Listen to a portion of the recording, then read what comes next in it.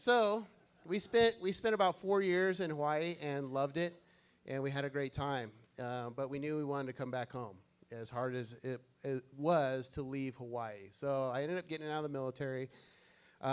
She was pregnant with our second child, Madison, which if we can go to the next slide.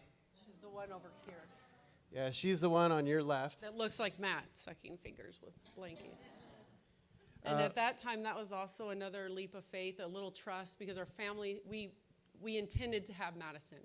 And our family thought it was just not the smartest idea. We weren't making a good decision. Jeff's getting out of the military. We're not going to have benefits. We're not going to have a place to live. We don't even know what we're doing. But we made the decision, the leap of faith, now that our faith was becoming stronger, that this is what we wanted now, and we were going to have a child now, no, regardless of how crazy it looked to everybody else on the outside. Yeah, it was, I don't think anybody would have done that, So we had nothing, like she said, no benefits, no job, no nothing.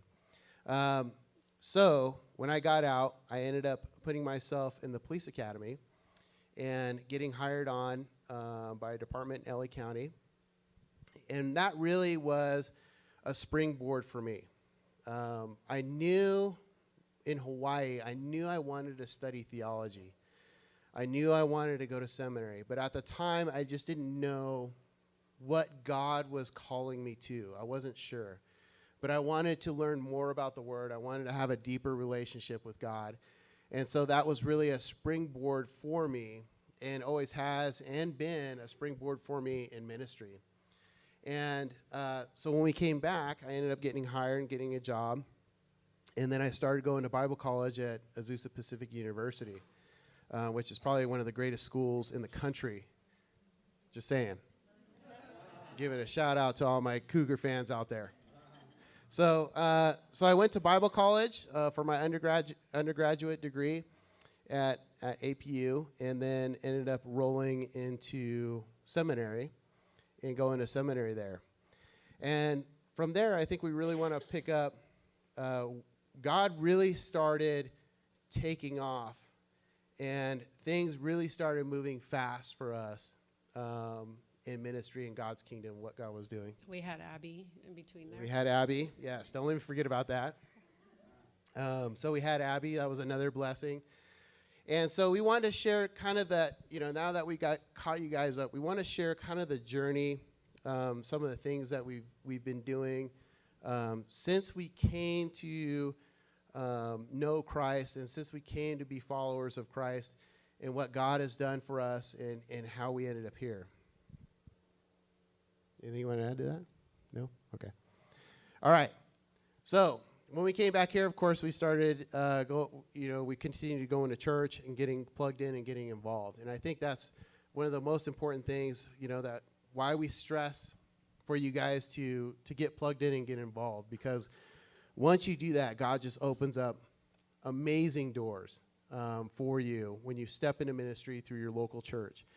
And the things we're going to talk about today, I don't think any of the leadership here would say anything different about what God's been doing in their life since they've stepped into ministry here at this church, because this church really has impacted this community and is impacting this community, this small little church, more than any of the other churches in this valley.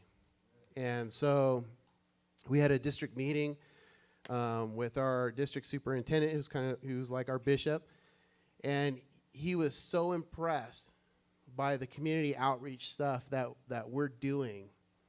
All the other pastors who were there were just like, "How are you guys doing this? This is amazing." And that's exactly what I said. It has nothing to do with me. It has to do with the Holy Spirit and the people at our church. People who are in love with Jesus, and that's their motivating factor. So we're very blessed here, and we're very blessed to be here with you guys, because you guys make this church what it is, and everybody else is looking at us as an example, and that makes me proud of you guys, really. So we started getting plugged in, and we started doing some missions work. Some short-term missions work, so we want to share some of that experience with you guys. So in 2008, at the time I was involved with a lot of youth ministry stuff, and so we got to lead a team of the youth to South America. And we partnered with a program down there called Youth World. So I'll turn it over to you and let you. Well, we were both there. I for suckered different her reasons. into it. We were both there for different reasons. He was there. He'd been working with the youth for a couple of years. I always kind of just meander in somewhere and start out doing something, and next thing I know, they're like, "You, come here." So I was there as a translator. It had been years since I had Spanish, but they needed more translators and they needed more females. She speaks fluent Spanish, by the way.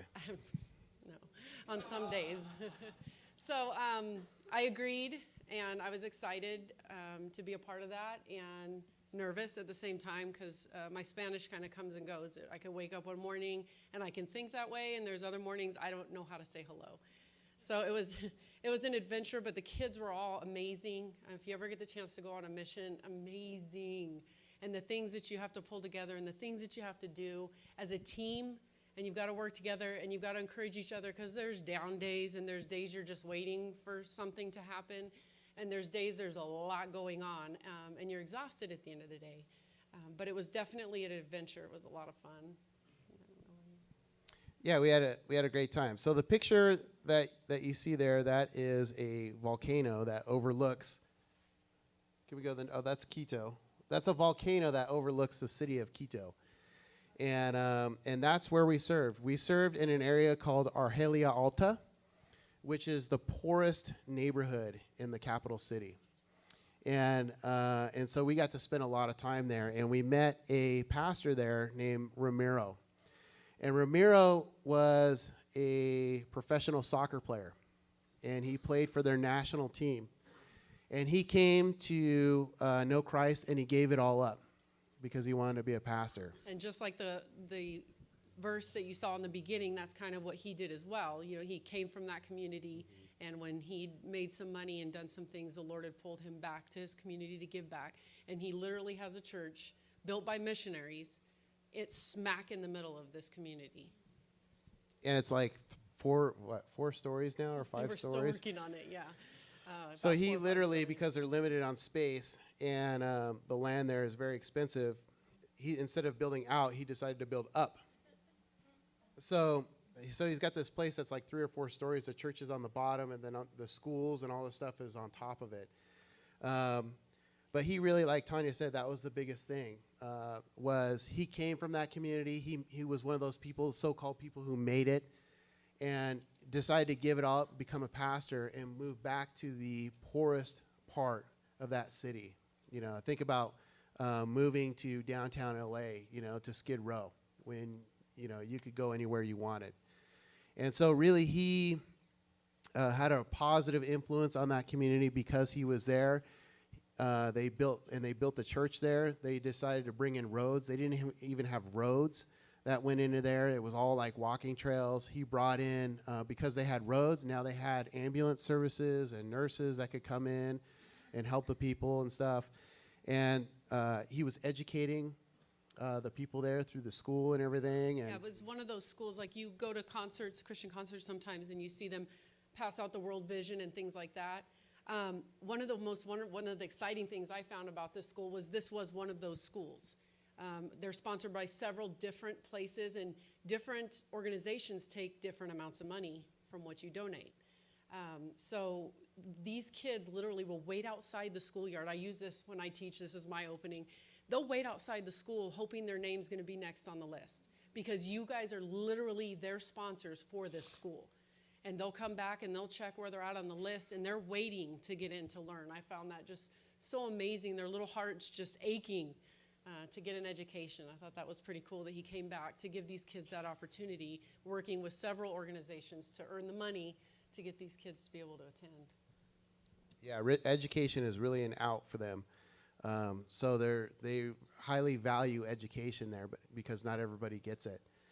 So we had quite the experience while we were down there, and while you're down in other countries, you get to partake of their food and their culture. So if we can go to the next slide. So this is how guinea pig is like a delicacy there, and they eat guinea pig, and when a guest comes in, they take the time to prepare it for you and stuff. Doesn't taste like chicken. It tastes like a cross between bologna and turkey. Yeah. So that's how Jeff eats guinea pig, and that's how Tawnya eats guinea pig in South America. Hey, you get hungry. You work hard. You get hungry. We did a lot of physical labor down there. We did some vacation Bible school stuff for the kids and everything. And there's a testimony that came out of that. I mean, each trip we saw miracles. I mean, literally miracles happening. I'll share some of those with you when I get into Africa. But so that was a real high point in our life. And we came back home from Ecuador. Just to set it up, we're going to Ecuador. So we have 3 children. We made a will. We had to make sure our life insurance, everything was up to date. We had enough to cover because the next slide, is that where you're going? Yeah. But we were prepared. So when we came back in 2009, we were involved in a head-on collision. That was a fatality involved in it, and where all of us were hurt. I got airlifted. Tawnya got airlifted. Madison, our 15-year-old, got airlifted. And then my other 2 kids were taken by ground ambulance. We all went to different hospitals. So we had no cell phones, no way to communicate. We didn't know how each other was doing. And really, Tawnya broke her femur, broke her hip. It was a horrible accident. But one of the amazing things that we saw of it was the response of our church community. It was amazing, and God had really just lined everything up. I mean, because the accident happened over here off Lone Pine Canyon Road, which is a back road leading up to Wrightwood. And it was just amazing because out there you really don't have any communication. You could be out there for a while without anybody knowing. And after the accident happened, I mean, it was just so amazing that the next car that was coming up behind us was like a nurse. And then the CHP was already heading up there, just to go up to Wrightwood because he got a report of some speeders up there or something. So he was already heading up that road. The ambulance was already returning from a different call. So all these people are like showing up like one after another. And the ambulance, when the ambulance showed up, the first paramedic on scene was a guy that I grew up with, when he looked in the window. The fire captain on scene was one of her best friend's husband.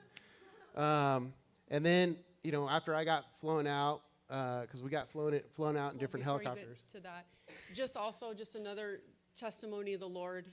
Some of the things you worry about as a mom. First of all, we put Abby in a booster seat, and you're just using the seatbelt now, and that whole no harness thing was just terrifying me, and here we were in a head-on collision. First, as the car is coming, I'm thinking, this is it, Lord. I have a will, and we have life insurance. This is it, but you prepared us. I mean, so many things go through your mind in an accident. If anyone's been in one, it's amazing all the thoughts you have. You didn't even think you had enough time, and honestly, you don't. But I think it's the way that the Lord comforts you. I felt comforted. I felt ready. I mean, even financially, I just felt ready. I knew this might be it. This is it. You prepared us, Lord. And after it was over, there was a peace. My daughter's still belted in her seat. She's not up front with us. He just gives this overwhelming peace to you, and it just amazed me. How can he give you that kind of peace in a moment like this? How can he comfort you in a moment like this? I mean, to literally sit there, I felt like I was smiling from the inside out. That's the only way I can explain it. I was just amazed that he could make you feel this way in this moment. Yeah, and such a horrific tragedy. And then surround you with people to comfort you even more. So I got flown over to Arrowhead Regional. She went to Loma Linda. And when I got there, the charge nurse who was in charge of checking people in as they were getting flown in was my neighbor that I grew up with my whole life. So God really surrounded us, through our church community and stuff. They were coming over all the time, bringing food and meals and comfort, helping us, giving rides. Yeah, and we wouldn't have been able to do it without them, And like Tawnya said, we had this peace through the whole thing that we were going to be okay, that God was there with us and helping us and there by our side. So even in the worst kind of situation, there was God, even at the lowest point. At the highest point, we'd been in Ecuador and experienced miracles and seen wonderful things. God was there. Come back home, now we're at the lowest point of our life, and God was there. Yeah, I think that's funny you say the lowest point, or it looks like that to everybody else. But we didn't feel that way. Yeah. Didn't feel that way at all. And the Bible verse coming where that overwhelming peace that only God can bring, that's all I could think about. So eventually we physically recovered from it. Spiritually, we were good, and mentally it took a lot of time. Anytime you have a tragic event like that, it takes time. Still brings out emotion, in us today when we talk about it. So shortly after that, the following year, I had the opportunity to go with a team to Africa, and we went to a couple of different nations in Africa, Malawi and Zambia. And I had some really cool video to show you guys, but it's not working. So I'll have to show it to you some other time. But I do have some pictures. So this is me and my friend Dave, and we went out on safari and we found this skull. I thought was pretty cool, and so I was trying to look like Indiana Jones there, but I don't know how close I was. So we had an opportunity to go out, do some stuff. We went on safari. If you go to the next slide. Where I was staying at, this, oh, you know what? Can we go back? Can we go back one? Mercy is not Travis's gift. So this was video. The picture on the right was video of what church is like in Africa. And if you could see, that's the church. All the women sit on one side, all the men sit on the other side. And you're just sitting on a slab of essentially concrete or clay, that they make. And so that's what you sit on. And they don't have a band with instruments. It's all vocal. And so the video was them singing their opening worship song. And it's just phenomenal. I mean, it will bring you to your knees, literally. And so there isn't much there. There's they have the brick walls. The inside of the church is exposed to the elements. So, and they're happy to be there, and they'll spend all day there in church, and sitting on those clay slabs and stuff, and worshiping God and singing and being joyful. So, all right, we can go to the next one. So this is my when I was there, and this is in Zambia. The picture on the left. I was in Zambia, and this is looking out from my hut. So I get up early in the morning. Right? And the reason I show these pictures is because of God's creation. I mean, God's creation is just so beautiful. No matter where you are, even here, we tend to forget how beautiful our area is. When I have people that come and visit this area, we always think, oh, Phelan, right? But when people come out here for the first time, they are like, man, this place is so beautiful. I mean, you think about it. Celebrities used to go out to Apple Valley all the time at one point. And people come up here and they appreciate the beauty of God's creation that we have in this area. And it's easy to forget. Even Tawnya used to come up here when she was a little girl, and she loved it. They had a ranch out in Phelan, yeah, but like in the outskirts. Where was it? Off Duncan Road. Yeah, off Duncan Road, I just remember coming up, and it was so dark here because I lived in Rancho Cucamonga at the time. My dad would pick me up to go to my grandma's house at the ranch. And we'd get up here, and it was just so dark. It's not even that dark now, but it was so dark, and you could see every single star. It seemed like it just looked white. It was so beautiful. I loved coming up to see that. Yeah, it really is a beautiful area. And but this was the view that I had when I'd wake up in the morning, and you can see there's like a herd of elephants. That was just like crossing in front of me. I'm like, oh, man, I got to take a picture of this. And God's creation is just so beautiful. So if we go to the next slide, while we were there in Malawi, we got to serve at a bunch of orphanages while we were out there. And these kids in these orphanages, all of them they were all AIDS babies, right? All of them had HIV/AIDS. They weren't going to live very long. Their parents had died either from AIDS or malaria or dehydration. That's the three big killers out in Africa. And so all these kids didn't have a chance. If you see there's a hole in the ground, well, that's their drinking water. So they would use that bucket, lower it down, scoop up muddy water, right? And that's what they drank. For us being out there, we got to carry, bottled water and stuff. But that's what they ate very little, and they drank very dirty water. And that was part of the reason why we're out there, is we were helping them put in boreholes for fresh water and stuff, as well as bringing the medical supplies and those kinds of things. So the biggest thing about this, though, was these kids, even though they had nothing, right, literally nothing, their families were all dead. They knew they were going to live short lives, but these kids had so much joy. They would go around, no matter where you went, they would go around singing and praising God constantly. And I had a video of that, but I'll have to show it to you later. But every day before they'd start school, they would sing and praise God, and they were always smiling and always playing and always laughing. And it really taught me something about what joy is. Here these kids, their circumstances are probably worse than anybody here in this country. And yet they had more joy, than anyone I've ever known in my life. It'll ruin our day if our mascara was bad on one eye, or your hair didn't turn out right, or your mom yelled at you. That's like the worst thing in the world. So you walk around moping all day. Where these kids, they're just certain death. And then the videos Jeff brought home, they're just smiling. True, pure joy. And for that moment, I just thought, gosh, I wish I could just live there so that my joy can be just like that. Purely for the Lord. Every single day you wake up, that's all you do is rejoice. Yeah, no matter what the circumstance. And it's contagious. I mean, I came home and I just bawled. I was just like, man. Yeah, I still get emotional. So a couple years after that, I got to go to Kenya. And Kenya was amazing. We went all over Kenya. We spent some time in the capital city of Nairobi.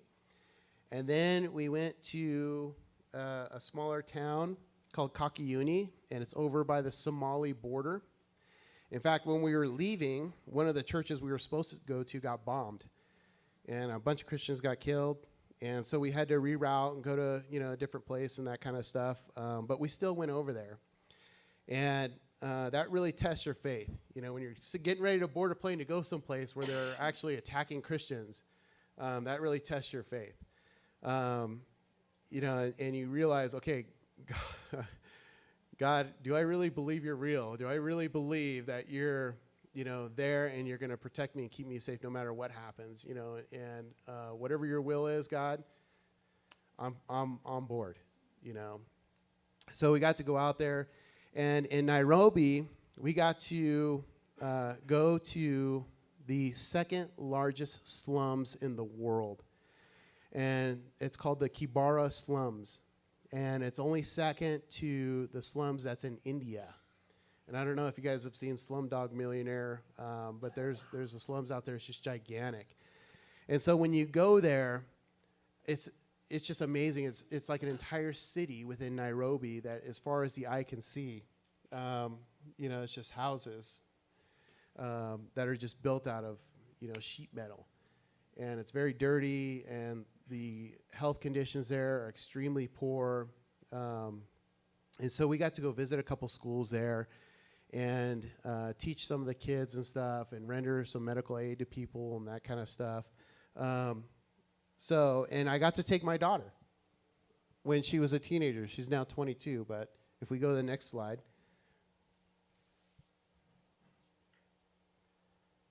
So I don't know if you can find my daughter in that picture.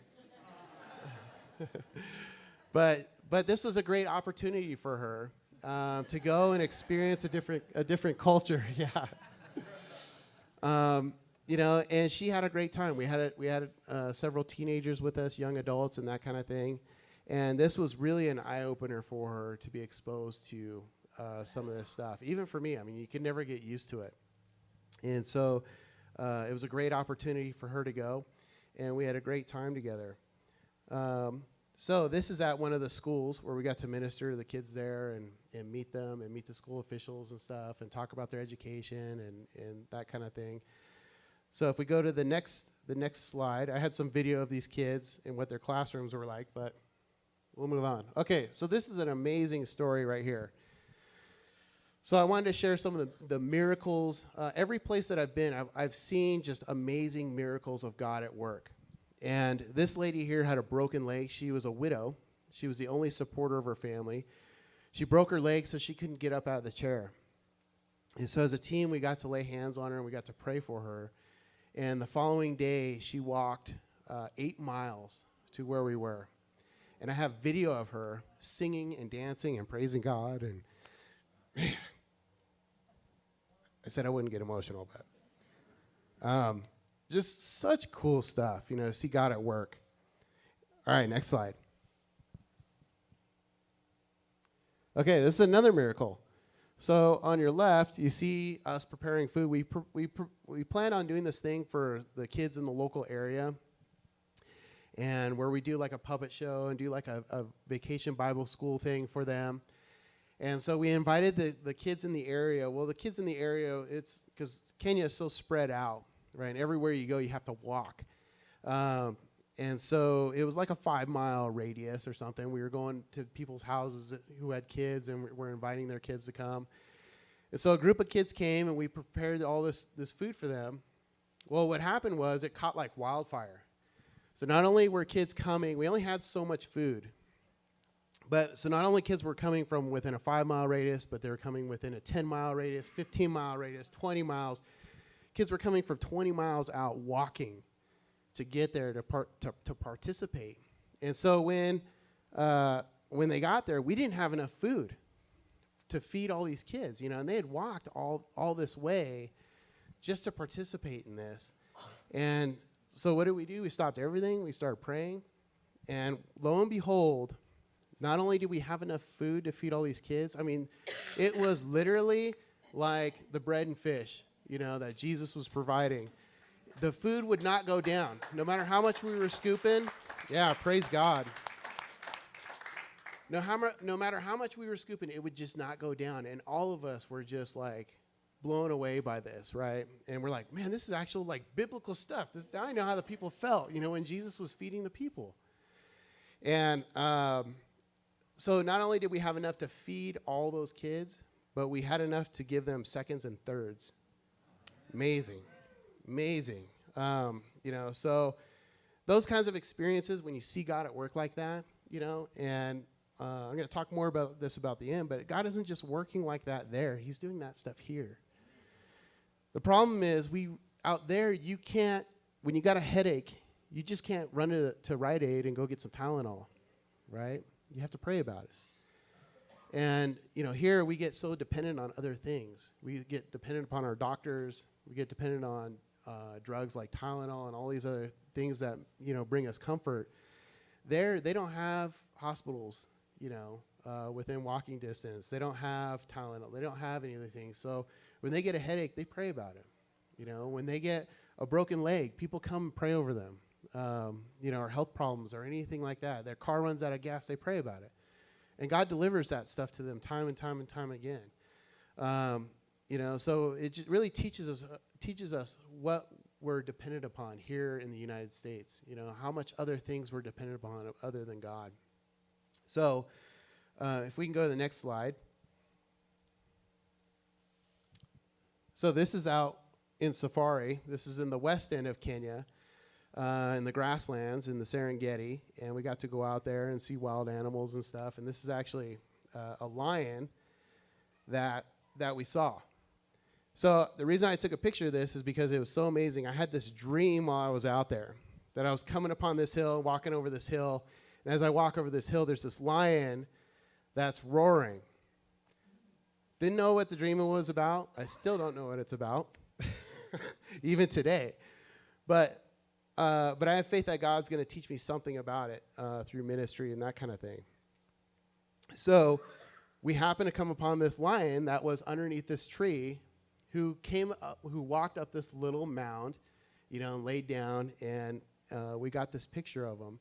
Not only did we get this picture, but then we were in the market, and this guy comes up and gives me this painting of the same exact thing. And so I'm like, oh man, he's like, hey, you like this? I'm like, I gotta buy that. Because that's exactly what we saw. That was exactly what was in my dream. So God is speaks to us in a variety of different ways and stuff. And these experiences for us were really just powerful, that we go out, see other cultures and stuff. And again, these Africa trips, here we are back on this high part of our life, right? And Tawnya at the time. Oh. Yeah. Why wasn't I in Africa? Yeah, I was supposed to be in Africa, and the testimony of Matt is a really long story. It was a long journey for me. It was a great journey that I could drag my sister along with, and it kind of increased her faith.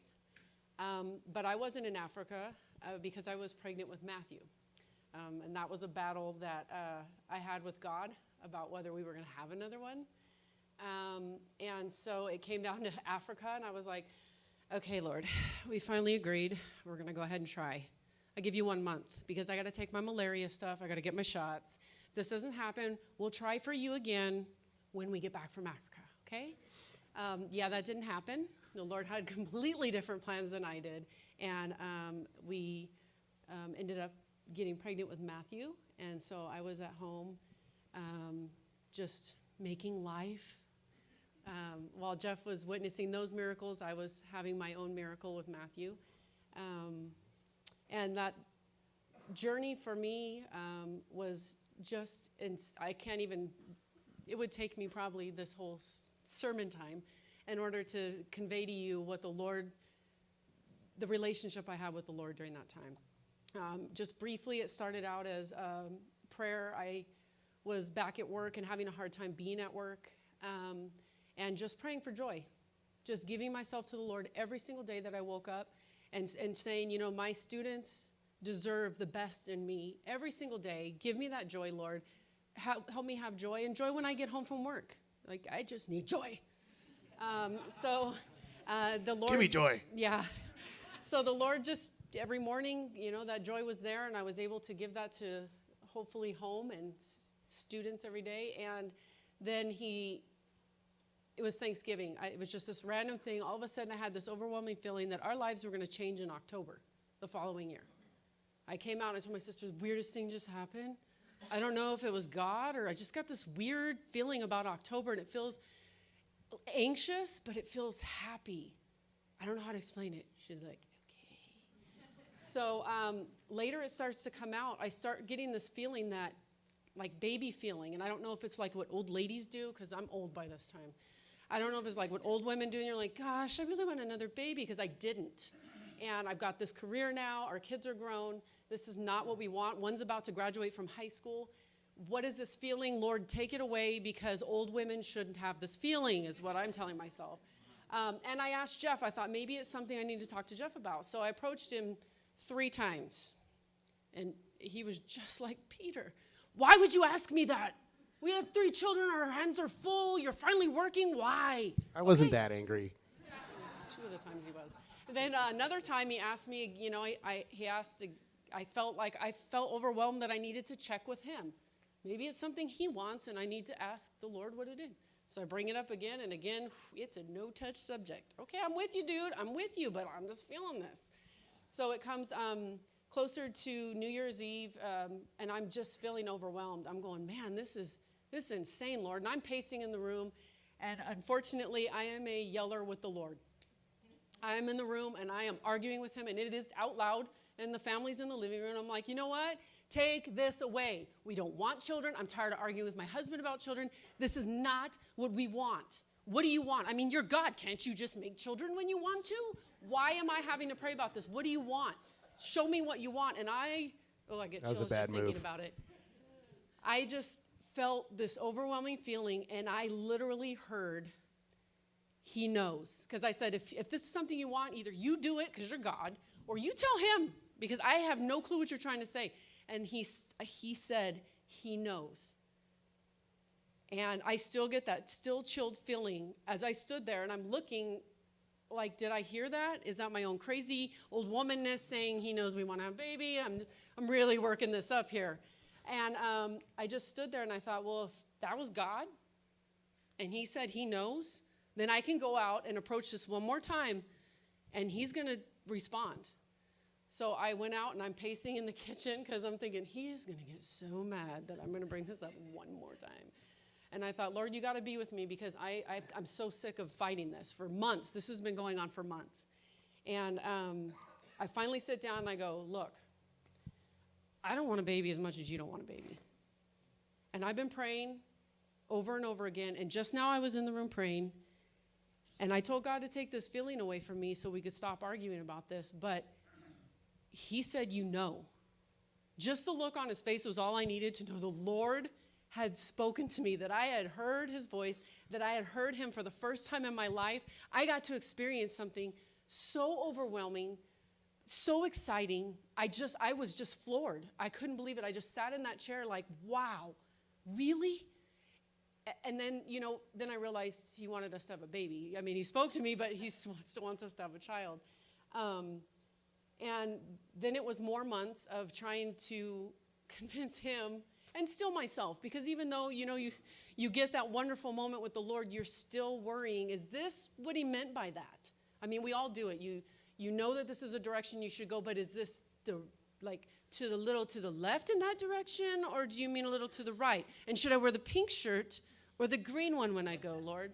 Because you start really drawing it out into something it really doesn't need to be. So again, still trying to speak with him and pray about it. Again, I'm alone and I'm praying, and I'm getting things like Bible verses I didn't even know existed. I'm praying like, how do I convince him, Lord? I know it's not something you do behind your husband's back. It's got to be something you're going to do, and I know you're going to move, but tell me what to do. And I got Mary, and I'm like, I'm not Mary, and this is not Jesus for sure, Lord. And so I'm trying to get these stories, and all of a sudden, I'm talking to my sister, and while I'm talking to her about this feeling, I got this overwhelming thing about Samson. And I'm going, okay, Samson, like with the long hair, right? Because still my biblical knowledge was a little less. And I called Jeff at work, and I'm like, hey, where's Samson? He's like, Judges. I'm like, thanks. So then I'm just flipping through, and I don't know where to start. And I've never heard this whole story. All I know is about your Sunday school stories about Samson and Delilah. So I start reading, and the first thing they're taught that comes out is that his mother is barren, and the Lord is coming to them and telling them to have a child. I was floored. Was it enough? No.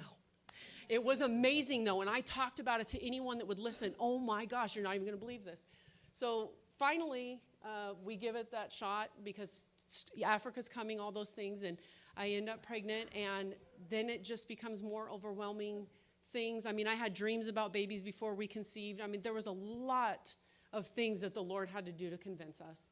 And finally got on board, and we conceived Matt, and then there was even more. The Lord gave us his name, and that's just a whole nother thing about praying about what do I do. And I swear the Lord gave me that with the name. I thought the name was, I was actually going to work, and I got the name Matthew that morning because I'm like, okay, open Matthew. What verse? What chapter? And I sat there. So I got to work, and during my prep period, I looked up Matthew, and it meant a gift from God. And I thought, okay, well, this was the Lord's idea. It's a gift from God. Doesn't mean it's a boy, right? Because we don't have boys. So, yeah, as we progress further, I kind of mentioned to Jeff, when we find out that Matthew is a boy indeed, I said, oh, my gosh, the Lord did tell us we were having a boy. This is insane. And the whole pregnancy, I'm feeling like Matthew is not yours. He is not yours. This is not yours. And I am freaking out the whole time. I know that this baby is the Lord's. It was his idea. He named him. And I'm panicked that something is going to be wrong. And my thought goes immediately to the worst. I'm not a positive thinker. That my child is going to be born to die for others. This is my thought. I'm preparing myself mentally that the Lord has a plan for this child, and I have no control. I am just a vessel he is going to use, and the Lord is going to do what he's going to do. And I know he's going to help me, but I'm still having a hard time wrapping my head around it. And we find out Matthew's a boy, and I approached Jeff later. We're sitting in bed, and I said, I think the Lord wants his name to be Matthew. And he goes, really? Because I had a dream about David or something. You were reading about David. And I'm like, Something No. manly. No, so I pulled scripture on him because I noticed that the women actually got the names. And I can't remember the story at the time, but there was a woman. And I said, no. I looked at this, and there was the females get the name. It's Matthew. David can be the middle name, but this is what the Lord wants. His name is Matthew. So we knew that. And then just to kind of prepare you for when Matt was born, it was the summertime, and Jeff's friend's son had come down with cancer for like the second or third time. And Jeff said, I never shared with Jeff the feeling I had about what was going to happen with this baby. I just felt that was something the Lord had given me. He told me I was being prepared so that I could prepare the family when this happened. And Jeff made the comment, we're so blessed that our children are healthy and nothing has ever been wrong with them. I cried myself to sleep that night because I didn't want to dash what I knew. I knew there was going to be something wrong and that we weren't going to have this perfect child and that he wasn't even ours to even complain about it. So that was a rough night to prepare us. So unfortunately, Jeff was not prepared for Matthew's birth. Do you want to jump in? I'm talking too much, like a woman. So Matthew, it's a healthy pregnancy. We never had any issues. We had ridiculous amounts of ultrasounds all over the place. We had some, our nephew's girlfriend was going to school to be an ultrasound tech, so we had ridiculous 3D, 4D ultrasound. Can you come in on Tuesday? I mean, immense amount of ultrasounds, chances for people to take a look at Matthew. And still, I know October's coming. I'm thinking maybe, my sister's like, maybe ministry's going to open up. Now she's excited. She's worked up. We talk every morning. I pray every morning. We're like, what is it? And she's like, I think Jeff's going to be a pastor. This is going to be awesome. The Lord's got good things coming for you guys. I'm like, I know, October. What's October? Matthew's due in November, right? October, awesome. I'm wondering. I'm scared. I'm getting nervous. I'm getting worked up. And throughout the end of the pregnancy, September, I'm working, and I keep telling my doctor, I just feel like my kids, they had to induce for each of the children. They came quickly, but they induced. And I kept telling her, I feel like I'm going to be in the classroom and this kid's coming. And she's like, that's never happened before. It's not going to happen. I'm like, I really think I should be home. No, it's not going to happen. You're going to be okay. You only had one moment with contractions. You're going to be fine. I'm like, okay, but I'm just feeling like it. So final appointment. It's ahead of schedule, by the way. Yeah. So I go down, she's going to give me my 6-week thing, and she won't let me off any earlier. And I'm just swearing to her that something's not right. This is a Monday. I leave. I had my baby shower that weekend. I leave the Kaiser. I go grocery shopping. I make dinner. He takes Abby to soccer. They get home, and my water breaks. No warning, no contractions, no nothing. And panic sets in. Because I know the Lord is not going to make this good. And so everyone's like, calm down. Like, I don't know what's the matter. It's okay. They're going to take care of it. But I'm panicking. And we get to the hospital. You can just talk anytime you want. And then they said one of the fears was that Matthew, because he was a little over 6 weeks early, that they don't sometimes cry because their lungs aren't developed. So they gave me the steroid before and tried to prolong the labor, but it just didn't happen. Matthew came a lot quicker than they had intended, and he let out a big cry. And that was amazing. That was a relief. And that was a relief. And that was the most amazing moment. So we held him, and, then the nurses take over, and they go and do their thing. And they leave the room to go do, the nursery check. And in comes the nurse, Jeff, and the doctor, and they all stand in front of my bed. And you're talking, but then you realize these 3 people are here for a reason. Something's wrong. And it was at that time that they shared with us Matthew's bowel condition and said that they needed to get him to a hospital that could treat him, that could handle it. He was going to need surgery immediately, that we had to transport him, that he had to get out, and they had to find a hospital. Unfortunately, none of them that were capable of doing it were open, had anything available. His intestines didn't fully develop. Yeah, he was born. They didn't come down and connect.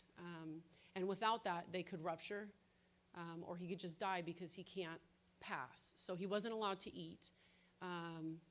And he was, hooked up to machines right away.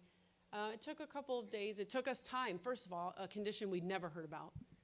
And something they said, did you find out during the ultrasound? It was like, no. People find this stuff out during the ultrasound. This kid had like 50 million. Not one ultrasound did anyone detect that he had this condition. So we got down. A couple days, it took about a day and a half, right? They transported Matthew down to, again, this is where the Lord comes in. People from churches we'd previously attended just started showing up, praying over Matthew. Amazing. I mean, people we hadn't even seen. They just heard something was wrong. They came down. They're down there praying from other churches, other places.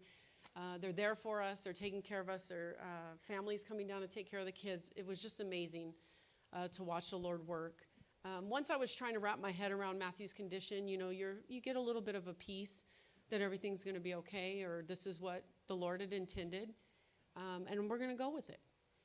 And then we went down and got him in, and they said immediately, okay, so we're coming in. This is what we're going to do. The doctors were great down at in L.A., but so your son's going to get a colostomy, and then we're going to come out, and then he's going to, it's like, excuse me?